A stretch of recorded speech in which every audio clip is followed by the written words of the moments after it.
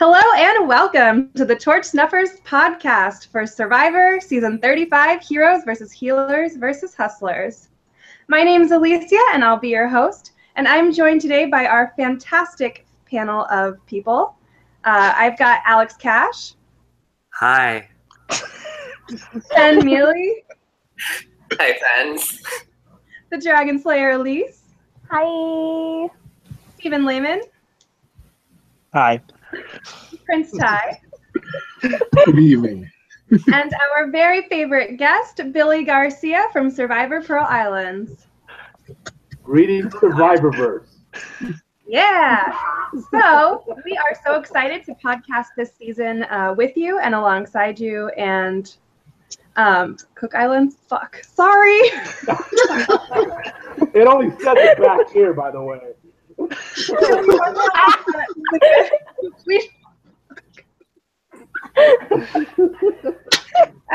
But I let it go. I was cool about it. I was like, Pearl Islands. I knows less than all the panelists about Survivor. This shit happens a lot. But luckily, I have an incredible panel that knows so much about Survivor, has seen all of the seasons, and sometimes are wrong. Just like we were wrong about this season. If you watched our pre-season draft, we all had not the best impressions, save Alex. But I think we might have changed our minds. Billy, what about you? What did you think pre-season versus now that you've seen an episode about this cast? A lot of the bios were very sarcastic, so it was hard to judge the cast. Yep. But, there were certain expectations I was having. One of them was certain people turning out to be villains. And I was, right about Joe and maybe wrong for right now about Simone. But for the most part, with the exception of some crazy stuff that happened early in the episode, I was pretty much on point with what I was expecting. All right. So you knew as a past Survivor player that probably this season was going to be better and the cast was going to be better than we all thought, which is not surprising. When they're that sarcastic, you know they're going to have like good sense of humor and be outgoing. True. Very true. So we started out the episode, we get on the boat, and Jeff kind of teases a few of the people. My winner pick, Chrissy, already being super strategic in her little boat confessional. But did anyone else have any initial thoughts about the people as they were introduced on the boat? I did. I had a couple of things on the first segment. I actually really appreciated the first segment because I think a lot of us came into the season being like very skeptical of what the theme of the season was. And I really liked Jeff's introduction to what the theme was. I actually thought that he did really well at explaining what it was and making people buy into what the concept was. Like, he made me not apathetic to the theme of the season, and I like that. I definitely noticed that Chrissy was the first confessional of the game, and I made a very quick note to that because that was also out of our pre-fantasy, our fantasy draft podcast. That was the first person chosen out of all 18 of the players. The only other thing I was noted for sure was I was really skeptical about how they bunched the hustlers together. I mean, hustlers are defined by work ethic. I was just the concept of the hustlers tribe in general and who was put on it. I was very anti-hustler after the first segment. I would just like to point out that the very first person that was picked for our fantasy draft was, in fact, Crazy Eye Alan Ball. So now I have my eye on you for the rest of the season. And that is fake news, misinformation. Damn. That being said, I also thought it was a great opening segment. It gave us a chance to kind of see the different personalities. I was surprised at how well-spoken Ben was, given the fact that he thought that he could merge Joe Anglin and Russell Hantz, which made me assume that he would sound like an idiot, but he didn't, and he was actually kind of a voice of reason and very heroic with his service and all that. So I agree. It definitely delivered and gave me a different facet of people that I didn't expect to see tonight. So, two things that I liked about the start was, one, they gave Cole a chance to explain what the hell a wilderness therapy guide is, because I certainly didn't know before tonight. And also, I think that in the past several seasons, we've had sort of like these really long intros with involved opening twists. And a lot of times you'll have like 10, 12 confessionals to open the season. So like everybody gets a chance to talk rapid fire, and it just feels like a big thing. And I feel like it was necessary to scale that down a little bit. And while that may have come at the expense of a 90-minute premiere, I really did enjoy, just getting to the point, getting to the challenge, and getting to camp life. Yeah, I have a lot of experience with the boat jumpstart. That's the way my season started. Right. And I like the twist that they did, which was better than the Game Changer twist. The Game Changer, you had to dive underneath and undo a tether and blah, blah, blah. This one, you had to get all your stuff to a raft that's way out. And then once you're on the raft, you have to get to the island and light a torch to win fire. And I think they're starting to. This is like the perfection of that boat jump start. This is like the best version of the boat jump start that I've seen. Wow. It's great. The jump work, start. yeah. I was just gonna say it's better than That being my. said, Billy, I'm pretty sure that you were wandering through Panama trying to like barter for gifts and all that sort of business. Because weren't you in Pearl Islands? Yeah, and my name is Fair Play, by the way. I'm You stole actually. the shit. A lot of fun stuff. Anyway.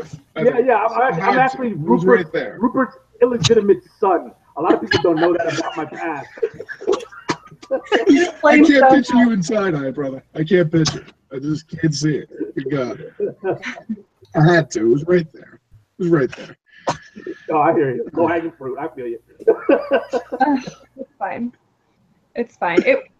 It was a really cool, it was a cool boat thing, and I liked that they hid the secret advantage right on the boat this time. So when you were busy flinging bananas over the side of the boat, you could also grab the super idol like Ryan did, which was exciting. I also thought Mike was really adorable. He went from being super boring to being super precious in my mind on the boat, so I'm a fan. But yeah, also, did anyone hear someone yell, "Who can swim?" at the beginning of all of the boats? Yes, I saw that. I was like, yes, that is the first thing you need to know. Just meeting these people. It's like, go to the basics. Who can swim? Hopefully everyone. Just a real quick note. I really liked it. There was a cute little character moment for Rourke when they had the base of the fire when they were trying to lift everyone on each other. They were like, "Rourke, you get on top, you're the lightest," and she's like, "Me? No." I don't know if anyone else noticed that, but I appreciate it. That was good, yes. I did. And It Yeah, was. Totally. It was great. Yeah, it was good. Let me ask Elise this: if you and I were in the boat and somebody would have yelled, "Who could swim?" and I would have pointed to you and said, "She can't." Like, what? How could you react to it? That would have been a great moment to throw somebody under the bus. Oh, that would have been early in the game. That's when you jump in the water and start swimming the fastest. or you And pull then my a thought would be, how does he know that? Do they know each other already?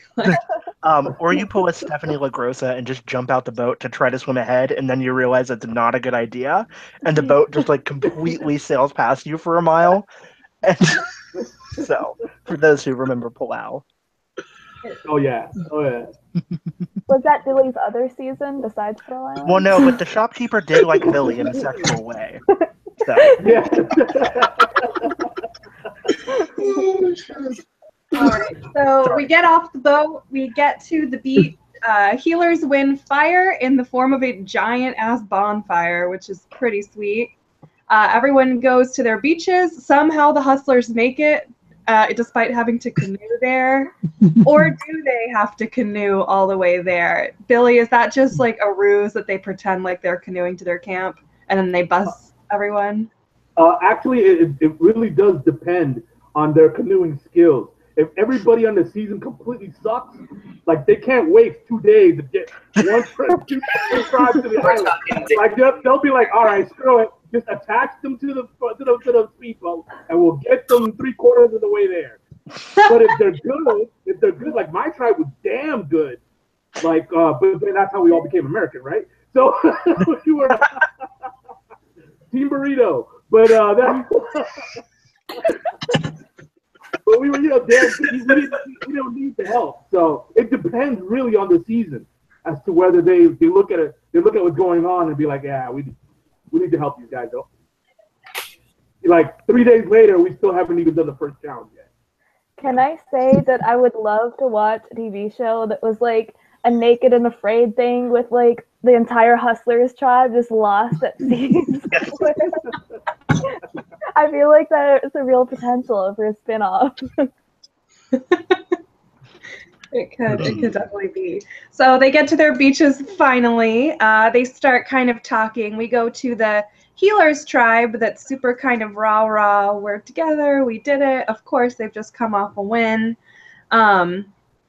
And what do we think of that like kind of grouping? We have Joe kind of being like a bit almost like cocky about stuff. We have everyone else just kind of, agreeing that they were great and they won. Ben, what do you think about the Healers? So the first thing I noticed was Rourke got first confessional on the Healers. And I say that for a very defined purpose because they're the ones that have been that had the least focus in terms of strategy this episode, and I think that it has focus that Rourke was the first one introduced on their tribe, and she got talked to on the ship as well. So first thing is Rourke is very prominent. The other prominent thing was seeing how much of a force Joe was coming onto his tribe. He was a force. He just was very defined and thinking that he was a very savvy Tony player and that he's going to be able to run the tribe because everyone wants to work together and rah Healers and thinking he can run the show. And I think he's going to struggle to do as much savviness as he's able to do. So those are the two big things I noticed on the Healers. Real quick on the Healers, I think the vibe I got from them was similar to a Tandang or a Road 2 to where they have the numbers going into a swap or merge situation and they implode. Because if we're already seeing some drama between Joe and Mike, and maybe it is just those two, Team Mike on that, by the way, but I don't know. I feel like they could just claw at each other. Maybe they're love tried for now. But if we get a coconut chop, maybe that won't be so lovey anymore. I definitely agree with you, Stephen, as much as I am Team Mike. And if anything revealed itself to me tonight, it's that Mike will outlast Joe. Because Joe is poor man's Tony. He's out there. He's pushing all this stuff already. I feel like he's going to rub people too much the wrong way. And I feel like he will be seen as a threat, whereas, Mike is the opposite of threatening looking in every way, shape, and form. He's making puns about erectile dysfunction and rising to the top or whatever the hell it was. He just snuck that right in there. Yeah, he on said, an 8 o'clock time zone, CBS primetime show. That was wonderful. That was wonderful. I don't think he's doomed. I don't know what Joe was doing, bullying him almost at the onset. I feel like that's going to be bad for Joe, not for Mike. Well, here's a little bit of trivia for you guys. Joe is only the second player in Survivor history of Dominican descent. Everybody know the first player in Survivor history of Dominican descent. You. Yeah, thank you. Well, I remember because in the Cook Islands when y'all were rowing, you said you were Dominican. So. Yeah. So, wait, Billy wasn't on Cook Island. Get your trivia right. Here's my take on Joe. And I have to be merciful because who knows if we're cousins or something. I don't even know. But, he might show up to Thanksgiving Thanksgiving, and I'll be like, hey. But personally, I think Joe really going to see his game until there's a tribe swap, and he's on a bigger tribe, and then him together with like a Simone or something like that could make some waves. Having said that, right now I think we're just getting a feel for him because this might be just like a setup for what's going to happen later. Like we might not be seeing any real gameplay on that tribe because, to my chagrin, the Healers tribe is out hustling the Hustler tribe. Can I say that I agree with y'all about Joe, who is like super aggressive and playing too hard. And normally I'd be a lot harder on him, but he's on a premiere with Alan, so I think we can cut him some slack because he looks better by comparison. We cannot use Alan Ball as an excuse for anything this season. That's not going to be a thing. We can't do that. That's not fair. And we'll get there. We'll get to the Heroes tribe. We've got a little more healers to discuss. Alex? The thing that I wanted to say about the relative lack of focus that the Healers got is that if that continues for another couple episodes, it basically damages any of their chances at winning. Because I mean, that at that point you're basically getting like a Calabao edit where you have like two important people on your tribe. So I hope they get some. I hope we get to hear more from the rest of them and get to see Rourke destroy like we know she can. Oh, I like it. I like the confidence in her. My one thought on the Healers that hasn't already been discussed is that Joe was talking about how his 10-year-old was like, it's a good idea to look for the idol. Like, you really want to be taking strategy tips from a 10-year-old? That was Mike, no? Yeah, it was Mike's 10-year-old son. Doctor. Named Ethan. That's who I meant. Did I not say Mike? Because in my mind's eye, I was thinking Mike. Yeah, you have to think Dingling Doctor, and then you can totally Dr. Dingling. connect the dots. Dr. Dingling, I like that. Oh my God, That's new the nickname. title, guys. That's But we'll we'll leave the Healers. We'll leave the Healers in their what is that word? Kumbaya beach area, and we'll move on to the Hustlers tribe, where we have some potential showmances already happening. We have some idols that have been found and then inexplicably revealed. So what are your thoughts on the Hustler tribe, Steven? So real quick on the Hustlers, I think it was Allie and Patrick. I believe they actually know each other already. Like they went to college together, I think. I think they both went to Auburn. And like they knew each other there. But I think also with reference to Ryan and Devin, I thought it was smart of him to share the Super Idol with him because it's only for one tribal. So it's not as if it's this huge game-changing power. I mean, it is, but the fact that it's only available at that one, you're using it to build trust with that person who you're, claiming as your ride or die. So I get that. Also, I want to make this joke real quick. Lauren Rimmer, I hardly know her. No one? Okay. Thank you. Imagine if she'd been on the same tribe as the Dick Doctor. Good God. Anyway, I digress. Go ahead, ladies. Well, can I just say, I mean, I'm still not completely sold on this cast, but if you watch the draft, I got Devin as the last pick as the default. No one else wanted him.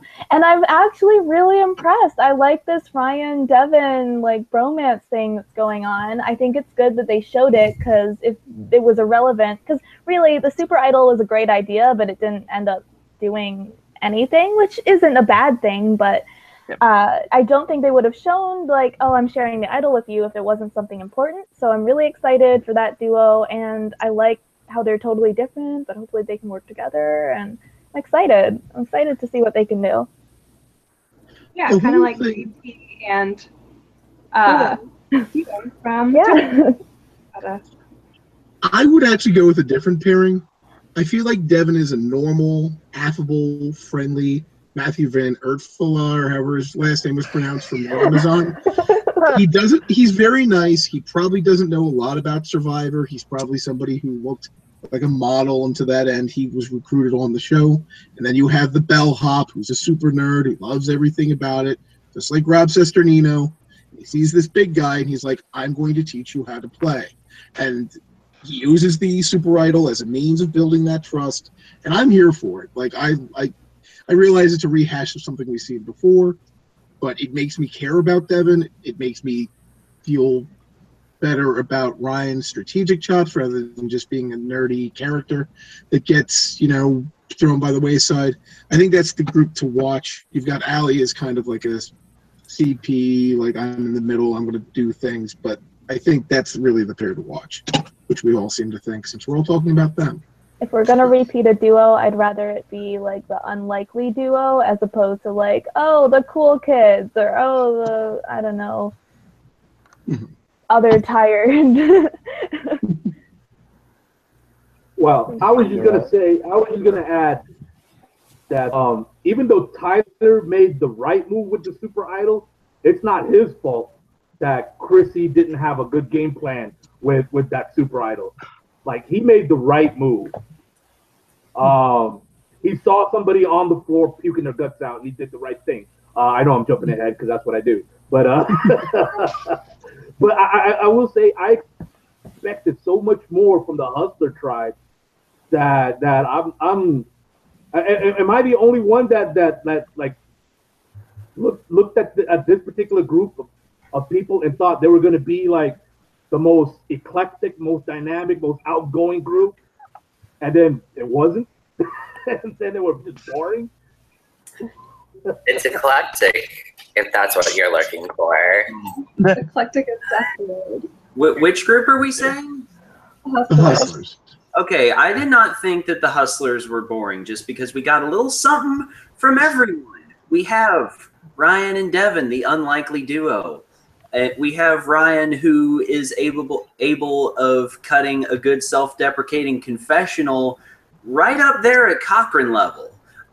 We have Patrick, who very much like Mike Holloway is very fond of picking up random objects and threatening to eat them. We have Allie, who is firmly in the mix, and we have Simone, who, as far as I know, we learned that when she gets off of a boat, she spins around. We saw a second clip of that, and that's what we saw from her this episode. I have words. So we got a little something from everyone. Oh, and Lauren. Lauren was not the obvious first person to go as far as we could tell from the tribe dynamics. Anything could happen. We got a bunch of good people in the mix. I have so many low-key feels about the Hustlers tribe. It's not even funny. I have feelings all over the place that I don't really care about, but I feel them about the Hustlers tribe. What? And, Okay. They move you in some kind of way. What that way is, we might never know. For a second about how Lauren, everybody thought okay, she's gone. Hustlers lose one challenge. Lauren goes good, bye-bye. That's what everybody thought. And the first scene we saw with the Hustlers tribe was Lauren being the leader in terms of making the shelter. And what? That wasn't what was expected. Lauren is casted in the leader role of the Hustler tribe. And then the other piece is since they weren't going to since they weren't going to tribal this, we didn't see them going to tribal this episode. The fact that they showed Allie and Patrick as this vocal duo on that tribe. The fact that they're precipitating the next episode with them going with the tension weird crab break scaredy pants Patrick thing. The fact that there's actual focus on that means that's gonna they wouldn't introduce that if there wasn't something to that. So I feel that's gonna lead the Hustlers tribe going forward. And that is fair. And we will now leave the Hustlers safely on their beach and not idling in their canoe and go over to the Heroes Beach. Right. We saw the most from all of the heroes. We saw the most crazy eyes. We saw the most drama. We saw the most strategy and talking.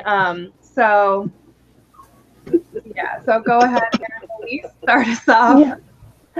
So, okay, preseason, I was kind of down on the entire cast, and I was kind of down on Alan because he was one of those people who's like, oh, you can't compare me to a survivor because I am gonna be my own unique game player. But he fucking delivered. Oh my god! As far as I know, no one has like forced someone to strip search the first night on Survivor to look for an idol.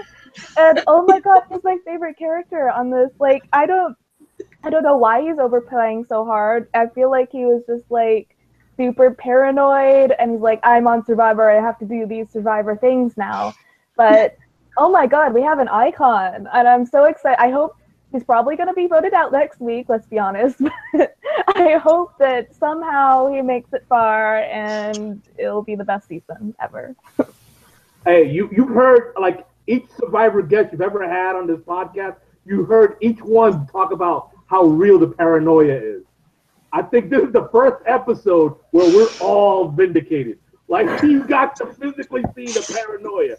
During that search, I was like, in my head, I was like yelling at the crew, like, someone hand him a surgical glove. Give him a surgical glove. Let him go all the way with this.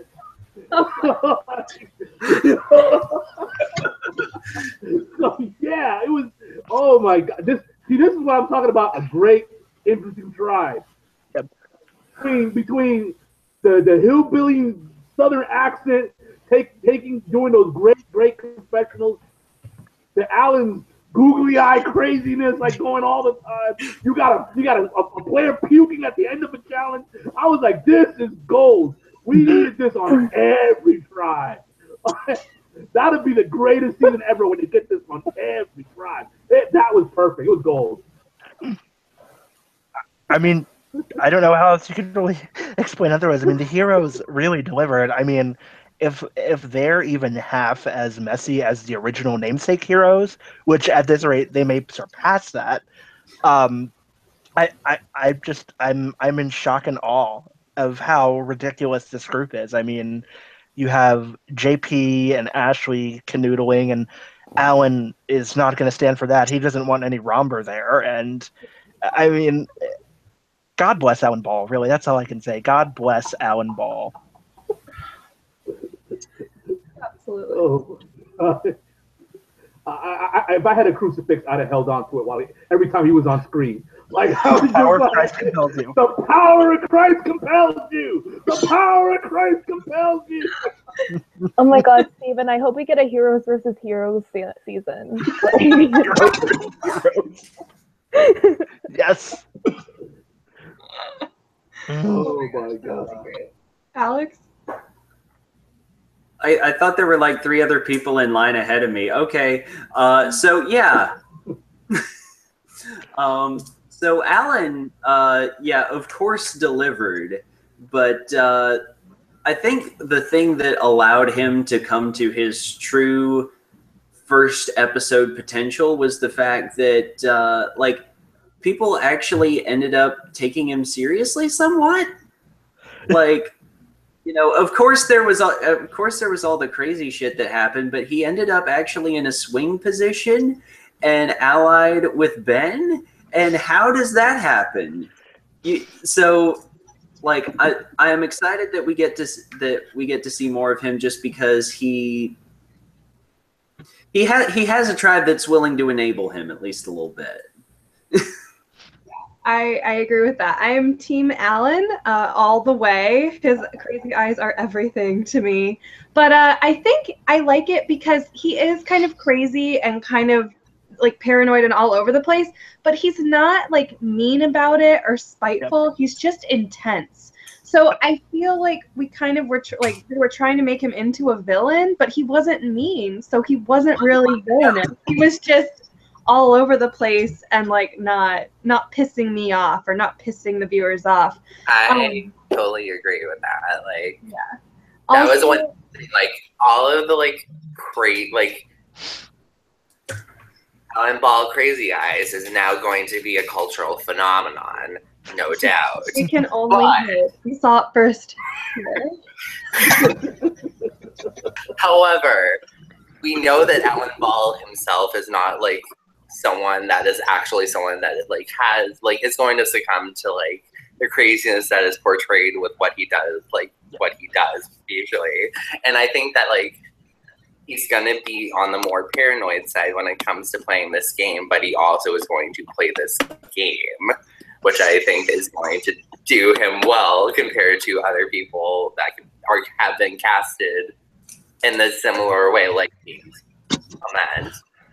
It kind of reminds me of like a Devin from Big Brother, where he's just like super intense and overplays right at the beginning, then crashes and burns like pre-merge, and it's amazing.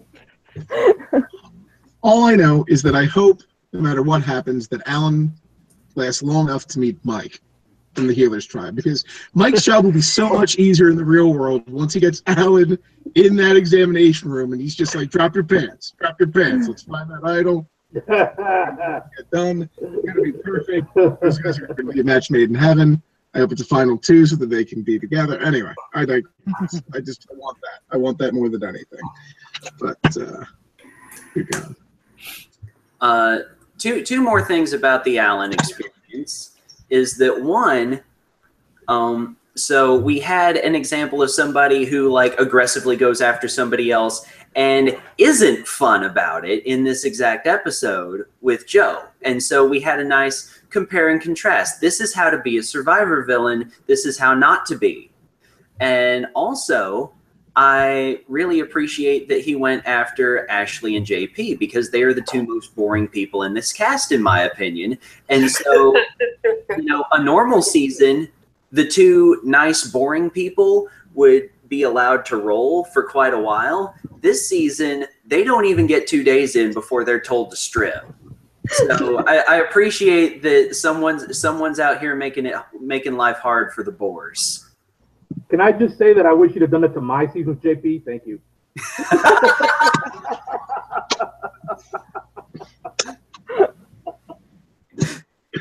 Oh, yes, you can. And I'll laugh along as though I know what you're talking about. Hashtag.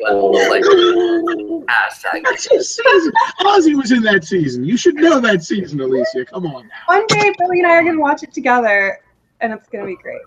Then you'll remember something about it besides Ozzy. Good God. But moving quickly away from the Heroes Tribe briefly, we'll get back to them, of course, when we talk about the Tribal Council. But let's go ahead and chat about the challenge. It was, in my opinion, really fucking cool with the do-it-yourself Survivor roller coaster that they got to ride. They had a maze choosing. They had what seemed to be a very close race. So take it away. Quick, I loved the carts. It made me feel like we were back in Survivor Guatemala because all of those challenges somehow involved carts where Lydia could just chop the rope and send the cart flying. But no, I loved the table mazes because that's actually one of my favorite things, like when they do it, because I'd love to do it if I was there. So I'm living vicariously through them, but I'm also like, oh no, it's gonna fall. And it's I really liked the differentiation. I don't know which one I would have picked, but I don't know. I thought it was a really fun first challenge. So I have so many collective feels about the challenge. It's really amazing. I really thought it was cool, like being able to like go halfway through and be able to choose between 3 different puzzles because it gives like early like tribes like the opportunity to like further like their lead, and I like the variety that comes with that. Like it's like a checkpoint and like a game. But like I was also like I didn't like how like production would have to like come through if it was like coming really close. It would have to delay like the natural like progression of an actual challenge and be like Jeff would have to like be like go, and I didn't like how it would delay a challenge. Yeah. And I was also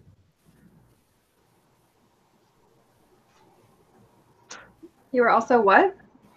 Yeah, we lost you there. Yeah, we lost you, Ben. But that's okay. Can you hear me? Now. Yeah, we can hear you. Wait But you were waiting for you to finish your thoughts.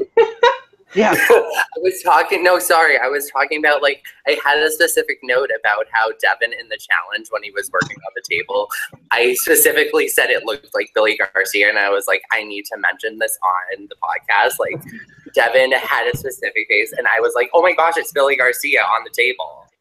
My dream. Hashtag bring back Billy Garcia. There you go. Like, worked it in somehow. Billy to the front. You know it. And then I was like, at the end of the challenge, I was like, bye, Katrina. And then after Christy vomited it, I was like, oh, bye, Christy. And those were my impressions. All right, cool. Hey, my thing wasn't it kind of weird to, like, on a tug a rope type challenge, you would put your scrawniest, skinniest, weakest person to pull the rope and pull the heavy object. I was just like, was this something they figured out beforehand, or did just like they were just like winging it and it worked out that way? I couldn't figure that out. If it was just winging it, all right, I could see why he ended up. But if this was planned out that way, I was like, what? Like, I couldn't. Yeah, and then I don't know. I thought it was kind of ironic that the people that got to pick the table first finished last. Like, they had their pick of all the tables, and they picked the one that did them in. Well, yeah, totally. Well, I think that's partly because, that maze looks like it's the easiest because it's got the high walls, so you're not going to fall off.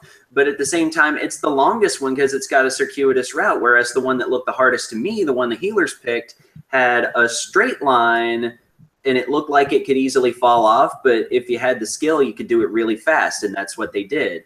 And one other thing that I would like to point out about the challenge editing is that if you looked, while Chrissy was puking, they zoomed out a little bit, and you could see that the heroes had a ball like about a third of the way through their maze while that was happening. And that just goes to show how deceptive the challenge editing is, because we saw it come down to the wire, but actually the heroes dropped their third ball somehow after skirting the hole with it, and then had to put it back in the maze and got it a third of the way through before the hustlers finished. Good catch. Oh. If I could just quickly add real quick, you mentioned the maze itself and how difficult it was because of how much maneuvering it was. I think a big thing was that the healers have steady hands because they're healers. So they was that giving them that particular table was as much of a strategic blunder as picking the longest route to get to it.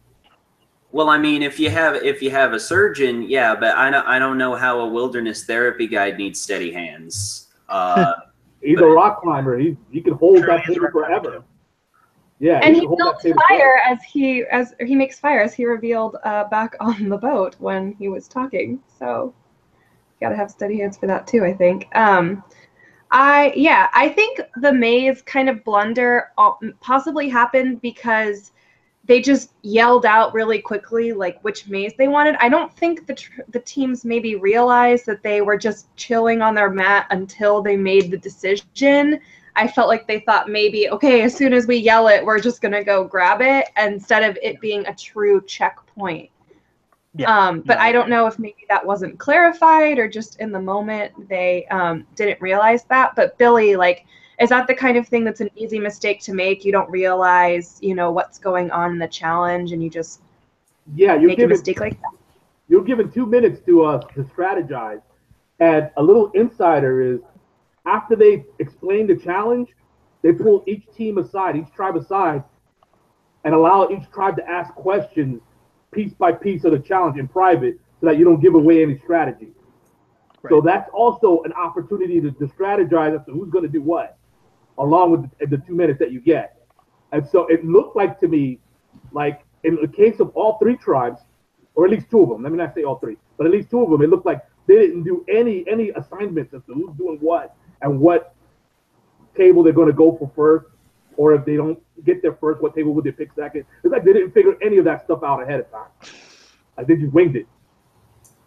Yeah, I definitely, it sounded like they just burst something out. And so I just was so curious. I was like, why would yeah, if you're given, those few minutes to strategize, why not look at the tables? Because that's going to be the biggest part of the whole challenge is, which maze you have, really.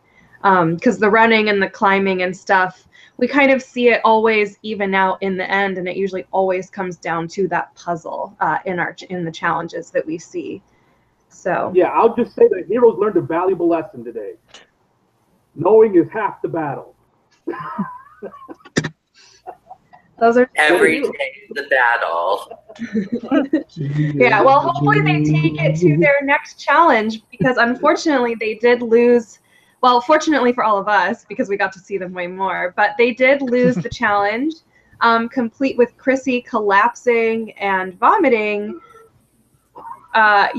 which was intense. And they ended up going to tribal council. But before that, they were scrambling on the beach. They were throwing out all kinds of allegations before going to the tribal council itself. So, Billy? Yeah, I love how you said allegations, because there was a lot of that being thrown around. And I thought it was really interesting that when Alan was approached by Katrina, I believe, he was saying that he thought it was him. And I really wholeheartedly believe that he really felt that way. That it wasn't like he was just playing it off to make her seem like, nobody's talking to him. Because he did mention, hey, nobody's talking strategy to me. So initially I was thinking, okay, he's just blowing her off. Just throwing her off the scent. But then when he said he thought it was him, like, I don't know, maybe it was just googly eyes. But I was like, yeah, does Jabroni actually think it's going to be him that he's being played? Like, he's sounding sincere. And so I was like, and then he somehow maneuvered it to where he had, basically the two older women on one side, and then the power couple on the other side with him and Ben in the middle. And I was like, oh, why didn't that work for me when I played? So I guess my googly eyes wasn't googly eyes enough. I don't know. Like, you got lessons from Alan. Maybe next time. Yeah. Next time I should be like, hey, man, I'm from New York, man. You don't want to fuck with me, man. You better not be mentioning my name, man. I'm from New York. That might work. Probably not. You never know. Hopefully you'll get to find out. Yeah. I gotta say, like, I give, like, I know it seems odd, like, that people might be like, why did they believe him when he was like, oh, yeah, no one's talking to him strategy with me either? Because, there's no way that those three other people are, like, dumb enough to join together and just be like, well, we have 3 votes, we're gonna tie it, it's gonna be great, But I give the Mom Squad credit, because there's not really much else they can do at this point. Yeah. All they had to do, because clearly the new couple wasn't, like, talking to them, even after Alan's random strip search, which, if I were the couple, they should have been the ones running to Mom Squad, but apparently they didn't think of it. But now I think, well, in this episode, like you said, that Alan and, was it Ben, were, like, in the middle, that, that's not gonna last. I think next episode, I think Chrissy's going to be in the best position, because clearly that alliance has imploded, even though they voted together. So we'll see what happens. It's going to be fun to watch. Yeah, real quick on that group before, they're disintegrating. I don't know how, but it's going to happen. I mean, Ing or id? I think yeah, that's a good point. Disintegrated. Relationship thing where it's like the brightest flame burns the fastest. Like, they started off like day one alliance, like, we're doing this, we trust each other so much, and it's like the microcosm of RC and Abby, but sped up like so much faster. So like everyone's like, oh my god, we're best friends, woo! And then by the end of the game, they hate each other. Except it's happening in a 3-day cycle. And real quick, to touch on the vote, I don't think it was a bad move. Well, I don't think it was a bad move of Chrissy to not blow her idol up, because she has it to use as a bluff. And on top of that, if she saves Katrina, it's automatically 3-2. Now, it's theoretically 4-1, but she could also position herself in the middle of two duos. And on top of that, I think she has a decent enough relationship with Ben and Alan. And it wouldn't surprise me if she and Ben had already actually gotten close to the point where that's why they decided it to be Katrina over her. I think Chrissy's actually in a pretty, I don't want to say good spot, but she's definitely in a better spot than the numbers present themselves as. Well, I think I agree with a lot with what you said, Steven. I think because the vote went down the way it did, where Chrissy was voting against Katrina, I think that Chrissy, either she was told and we didn't see it, or she got a sense of that she could pull Ben and Alan to her against the power couple. Especially with what was being said at Tribal, where they got called out as a power couple. So I think she at the very least sensed that. So so there was no need for the idol play, especially with one vote on her.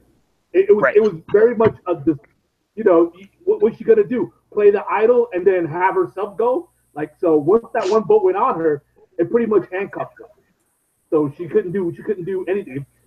If it were me and I didn't have a sense that they were going to go after the power couple next, I'd have threw my vote out there against somebody else and then saw how the votes came down to figure out like, do I play the idol or not? But she didn't do that. She went with the group. Right. So I think she's planning on hooking up with Ben and Alan after that vote. One bit of strategy that I think that people haven't really thought about yet. Why would you get rid of the Olympic swimmer? The second challenge is always a water challenge. Have her swim well and then kick her off. Especially compared to the person. But yeah, did she even reveal that she was an Olympic swimmer? We didn't really hear from her at all, so that might have been something. If she realized her back was against the wall and she was kind of alone, she could have been like, "Oh hey, Olympic swimmer here, keep the tribe strong, aka keep me around." But she didn't, and that was her. It might have been one of her downfalls. For sure. Unfortunately, but there's so many other dynamic people we have that I'm not totally mad about it, to be honest, that she left, but it's fine.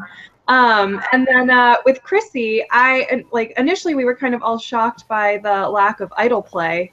I definitely did not see it coming, that she was just like, and then it kept going and Katrina kept walking, and then suddenly Katrina and her torch were in front of Jeff, and then suddenly Jeff was snuffing her torch.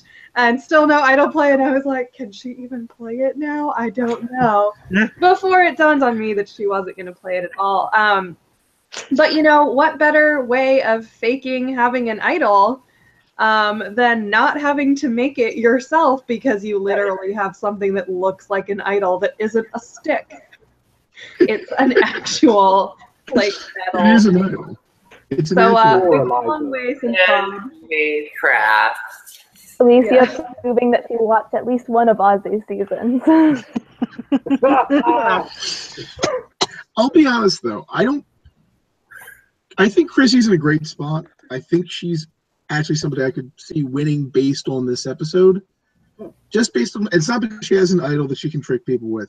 And at the end of the day, Survivor is a bit about luck, and it's a lot about adaptability. And all of a sudden, she's on a tribe where there's an obvious power couple to get rid of.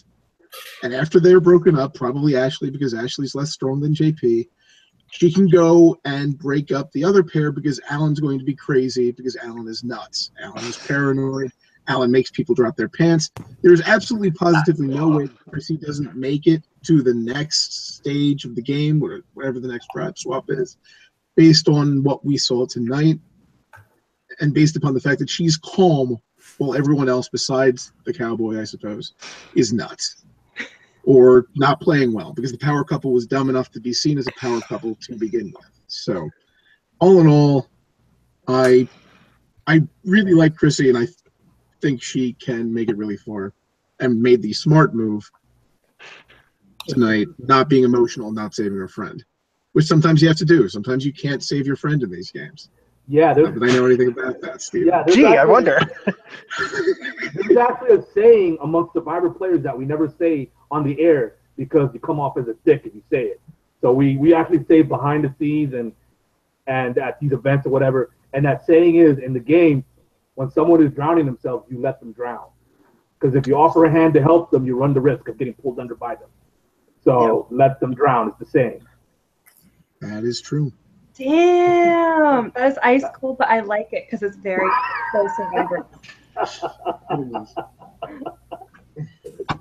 Yeah. So now when you hear a little metaphor about in the game like drowning or whatever, you know where it's coming from. They're really saying let them drown. He's in deep water. Let them drown. Does anyone else have any soapboxes to stand on? Any other points they'd like to make before we wrap it up and talk about our winner picks? Okay. No, except I got this great sign that says what season I played on right behind me. Yeah, halfway through the podcast, and I was like, why didn't I? Holy shit. Fine, I'll never live it down, and that's okay. But all right, so I think we've summed it up this episode nicely. And so we're going to go ahead and move into the contest portion of our podcast. So we have several contests coming up this season. There's a viewer contest and there's a panelist contest. So first up, the panelist contest and guest contest. We all pick winners, and whoever wins at the end of the season with their winner pick gets gloating and bragging and a buff from this season.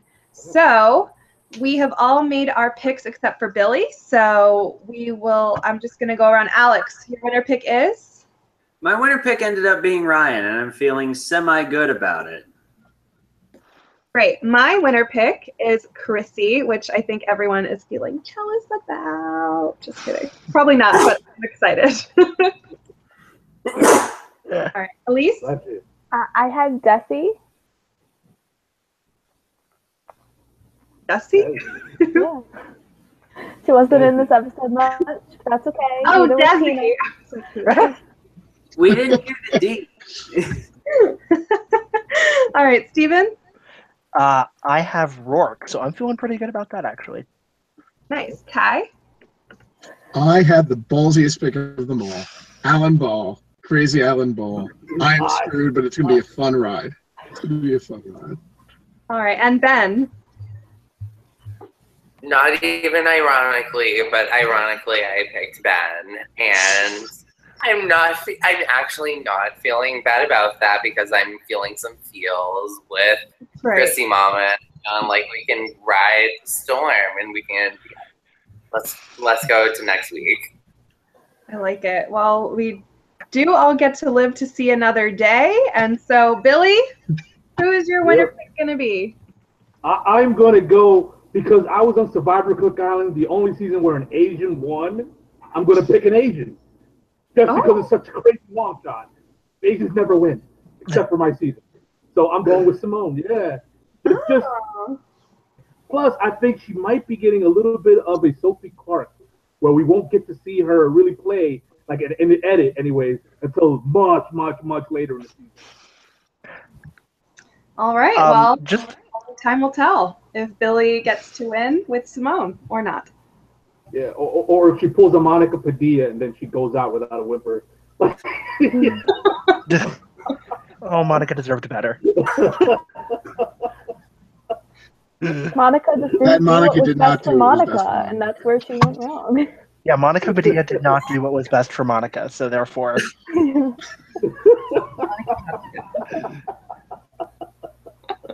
I love it. All right, so we will see who will win that buff. And viewers, you have the opportunity to win a buff as well. Every time you share one of our podcast episodes on social media, we will enter you into a raffle to win a buff of your very own.